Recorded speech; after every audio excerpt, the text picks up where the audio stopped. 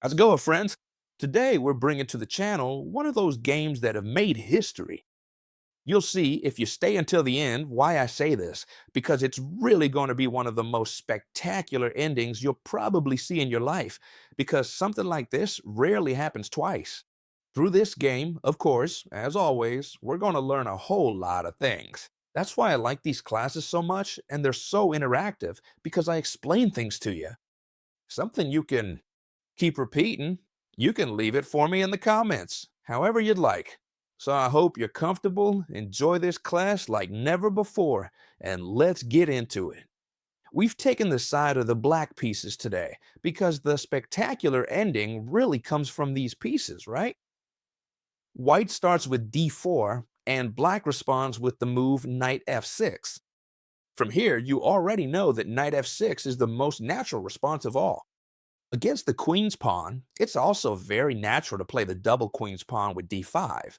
But knight f6, as I always say, is more flexible because depending on how our opponent responds, we can either play d5 or use any other defense, like the king's Indian defense we saw a few days ago. We could also play the Nimzo Indian defense, orthodox defense, even some queen's Indian, or whatever we feel like. The game continued in the following way. c4, the most popular response against this knight f6, and here black decides on the move e6. Very well, when we see the move e6, we already rule out king's Indian, and we're now looking more towards maybe a Nimzo Indian, which would be the most logical, or an orthodox defense. Very well, the game continues in the following way. Normally, the white pieces here have two options. Either play knight c3, which is the main move of all, though it does allows the Nimzo Indian defense, or else a very modern move nowadays, which is knight f3, precisely avoiding the Nimzo Indian defense. Okay? Why? Because after this bishop check, they can defend, for example, with bishop d2, right? Well, very interesting. The game continues with knight c3, Nimzo Indian defense with bishop b4, queen c2, avoiding doubled pawns when recapturing this knight, since the main idea of the Nimzo Indian defense is to eliminate this knight with the bishop, because as you can see, this knight is occupying very important central squares, and once eliminated, for example, our knight will have impressive strength. That's very good, huh? Trying to find the pieces that most control our position and eliminate them. For what? So that our pieces become even better. The game continues with d5, directly breaking the center, a completely normal move. And after this, a3, here comes the first surprise, let's say, of the game. The most normal thing in the world after this a3 is to capture this knight. That's why we brought the bishop here. In this case, the player with the black pieces decides to pull it back again to e7.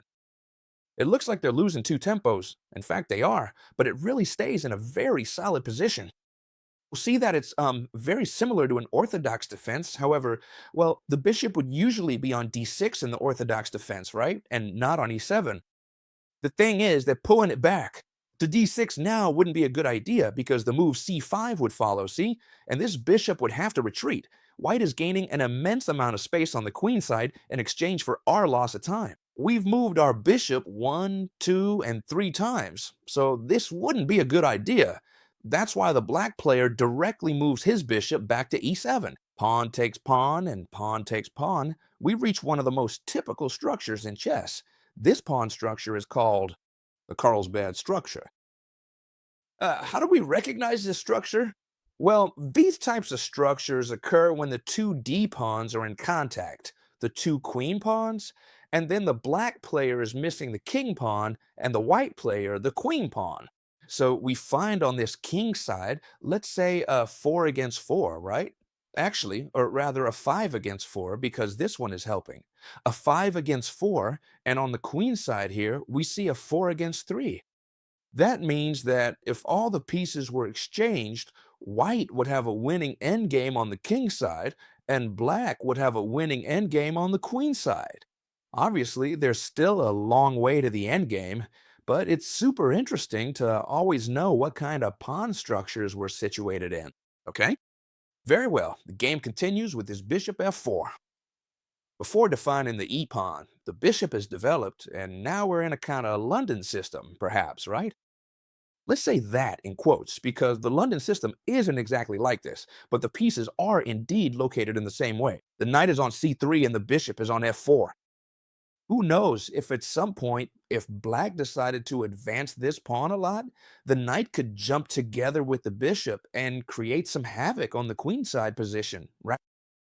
The game continues as follows. The move c6, effectively defending this d5 point well, and now white decides to play the pawn to h3. This move is always useful because there are usually themes, if white plays with e3, of trapping this bishop and managing to eliminate it, so that black would be left with the bishop pair, which you already know almost always has an advantage against the bishop and a knight. Yes, why? Because the two bishops, one controls all the dark squares and the other all the light squares, and you're having absolute control of the game. That's why here, white first plays, excuse me, this h3 and black castles. The good thing about these kinds of classes is that you understand all the moves, why they're made, and then in your games, you're able to reason through your moves much better and therefore play better games. That's obvious. Once the bishop has its retreat path ready, white plays e3. Very good. The goal is to develop this bishop and then this knight to f3 and try to castle kingside. Great. As I always say, let's try to understand what's happening in this game, right? In this position, we see a specific pawn structure where there's a solid black chain pointing toward the king side and a corresponding white chain pointing toward the queen side. Do you remember what I always tell you about pawn chains? They dictate where the attack is going to go. We understand that black's attack will be on the king side because that's what the pawn chain dictates. Trying to go against the pawn chain is usually not a good idea. If the chain points to the king side, trying to launch an attack on the queen side isn't usually very effective. So, following these basics, we know we're going to try to destroy white's castled position once it's done. And white, as you can see, has the chain toward the queen side. So therefore, here they're going to launch the typical minority attack. Do you know what a minority attack is? Well, as I mentioned, see these two pawns facing off against three? They push forward to create weaknesses. The idea is that these pawns are well defended now, but if these two pawns try to advance to trade, for example, let me explain quickly. Like with this pawn breaking on b5, once traded, this pawn becomes isolated and weak. Maybe this rook could come into attack here and easy to target weaknesses would be created. If they try to prevent it, they could always do this. And after the trades, for example, the pawn on c6 would be weak, right? Well, this is just so you understand. It was like this. So you see the minority attack has a goal, and that goal is clearly to create weaknesses on this flank here. So now we have the plans ready, so to speak, for each of the sides. The black side wants to attack toward the king side. The white side wants to create a minority attack to create weaknesses on the queen side. The game continues in the following way. Rook 8, attacking the king directly. Bishop d3, really the pieces are just being developed here. Knight b d7, knight f3. Castling is ready for the white pieces, and now the black pieces really need to maneuver this knight a bit to develop their last piece. What's better for black? Developing the knight this way, or maybe moving it through here? Well, if you've perfectly understood what the game is about and where we need to attack, we know the correct move is knight f8. See how important it is to understand strategy? By the way, let's see what day it is today. Today, this video will be uploaded, I'm not mistaken, on March 15th. Well, you should know that 2 days ago, right? The woman Fide Master? Flavia Canciobello uploaded a very thorough class on how to play against about the isolated pawn in the academy. Yes. Last week I posted how to play with the isolated pawn in your favor, and 2 days ago I posted about playing against it. You can watch it whenever you want, okay? If you're not in the academy, I'll leave it right down here in the description for all of you who want to improve much more. The idea here is that white takes advantage of black withdrawing their knight. See? Look at this. They withdraw their knight, and where was this knight pointing? Well, at the e5 square. Whenever a knight moves backward, we must ask ourselves which square it was defending. So now, white takes the opportunity to place a very good knight on the e5 square. Bishop d6, trying to put pressure on this point here as well. Castling. And now here, the black pieces decide to make a slightly strange move. What would be the most natural one? Knight g6, right? Why? Simply because now the knight has jumped toward the king side, they'd be threatening this bishop, and white's bishop could move out. But what they did was knight e6, a slightly peculiar move. Careful, we're not going to say it's a bad move, because you'll see the outcome of the game is absolutely thrilling. And it might be thanks to this knight too, but honestly, if we understand the plan of the position, it would have been a bit more correct to play the knight to g6. Alright, the bishop is being attacked, and it certainly retreats to the h2 square, which is why that space was created. And now, the black pieces make the move g6. That's why they wanted to place this knight on e6 and not g6, to leave the g6 spot free. This point has several objectives. First, being able to move the knight from e into the attack. Yes, that's the first objective. Second, being able to recycle the bishop through the dark squares if desired. Third, to support a future bishop f5, thanks to this pawn. So it's true, this point also has some downsides, right? It leaves the dark squares weak, but it also has things in its favor. Normally, we don't mind creating these weaknesses on dark squares so much. Why? Because this bishop can't exploit them since it's trapped there, let's say on ace2, right? Very well. Here, white makes a move that probably isn't the best of the game, but they understand that now that the dark squares are weakened, they want to trade white's dark square bishop for theirs, right? Because that way they'll be left without a defender of the black pieces, and they play knight f3 to challenge these two bishops. The game continues with knight g7. White, strictly sticking to their strategic plan, trades off the light squared bishop. Queen takes on d6, and now the rook finally moves over to the open file. The idea is likely clear. Try to start the minority attack and place the rook and queen on the c file, pointing directly at this point, which can be weak in some cases. Why hasn't the other rook been brought over? Well, because since the attack has to come from these two minorities here, these two pawns, these two rooks will be very well placed, both geared toward the attack. This is the importance of understanding where each flank should attack. Following this strategic rook move, the black player uses their pawn to catapult their bishop to f5, just as we mentioned earlier. And now, knight d2. This might seem like a good move, but it's really a move that has pros and cons, right?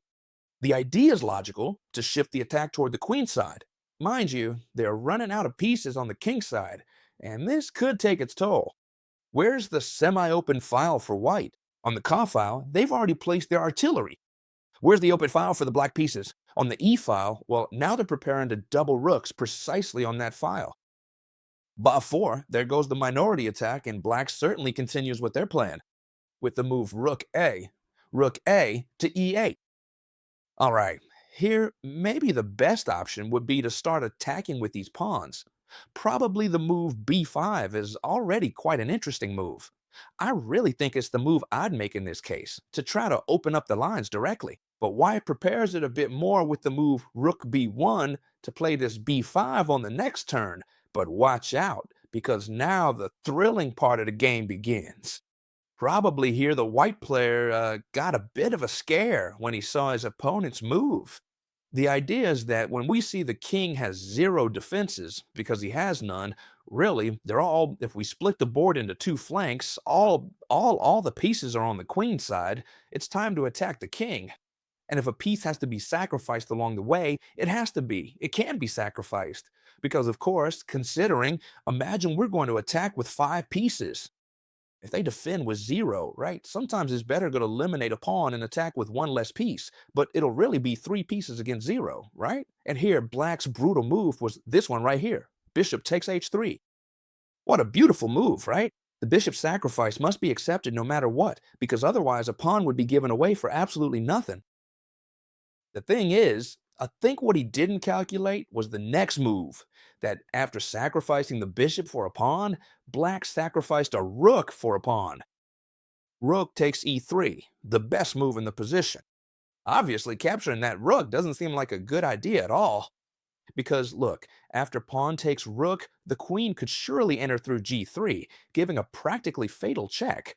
Because when the king moves, this rook could also enter, and along with the knights, white probably has no way to defend themselves, maybe by giving up a piece. And that is exactly why the player with the white pieces decided not to accept the rook sacrifice after rook takes e3, but instead play the engine's top choice, bishop f1, trying to bring another piece over to the defense of the king side. How impressive, right? As you can see, Black's plan is simple and logical, right? He wants to blow up the white king's position so that he's left totally exposed and can be checkmated easily. The game continues. Instead of moving the rook, it continues with knight f5. Look at how this started out right here. It went to d7, then f8, then e6, then g7, and now it enters through 5-5. The idea is that if white captures the rook, it'll likely be followed by knight takes pawn, or first check, then knight takes pawn, attacking the queen and king entries. But there's really nothing better than capturing the rook, because if this rook isn't captured and they decide to continue their threat, it could lead to knight takes d4, also attacking the queen. The knight would enter here, so capturing the rook seems like the best move. However, Black already has their artillery well positioned, and they continue in the following way. Queen g3, Jack. The bishop is placed between the king and queen.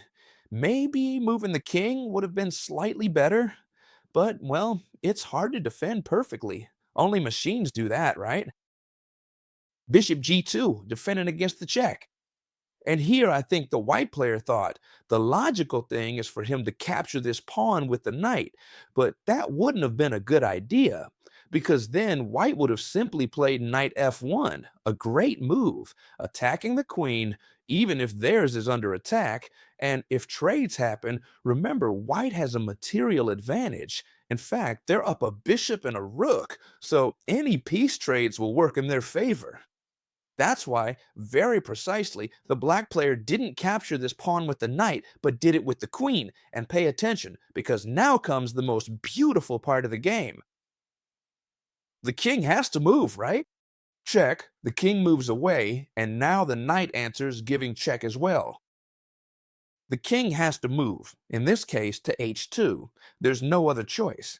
There are no more checks, or interesting checks now, but black uses the threat of a discover check, with his queen f4, setting up a discovered attack with his knight to be able to deliver an interesting check. Most of us would probably move the king here, but the white player realizes there's no interesting discovered check. It's true he could win an exchange here, but white has such a material advantage that it's not enough, right? And they try to defend with knight f3. What they don't know is that they're about to receive one of the most beautiful checkmates in chess history. Leave a like when you see the checkmate, because it's truly impressive. Pay attention. Which piece is missing from the action? The rook on e8. And you know what? It's sacrificed right here. Rook e2. The idea is that it's a sacrifice because the rook can be captured by the knight. So, chess teacher, why sacrifice the rook? Well, look, because now after knight takes rook, the knight captures the other knight, but with a check. And so now, when the king has to move from this check, and he has no choice but to go to the h1 square, the real power move is this knight to h5, trying to bring both knights in and leave that poor king with no options as he runs out of squares. In desperation, white tries to trade queens, but look how beautiful this is. One of the most stunning checkmates in history is coming up.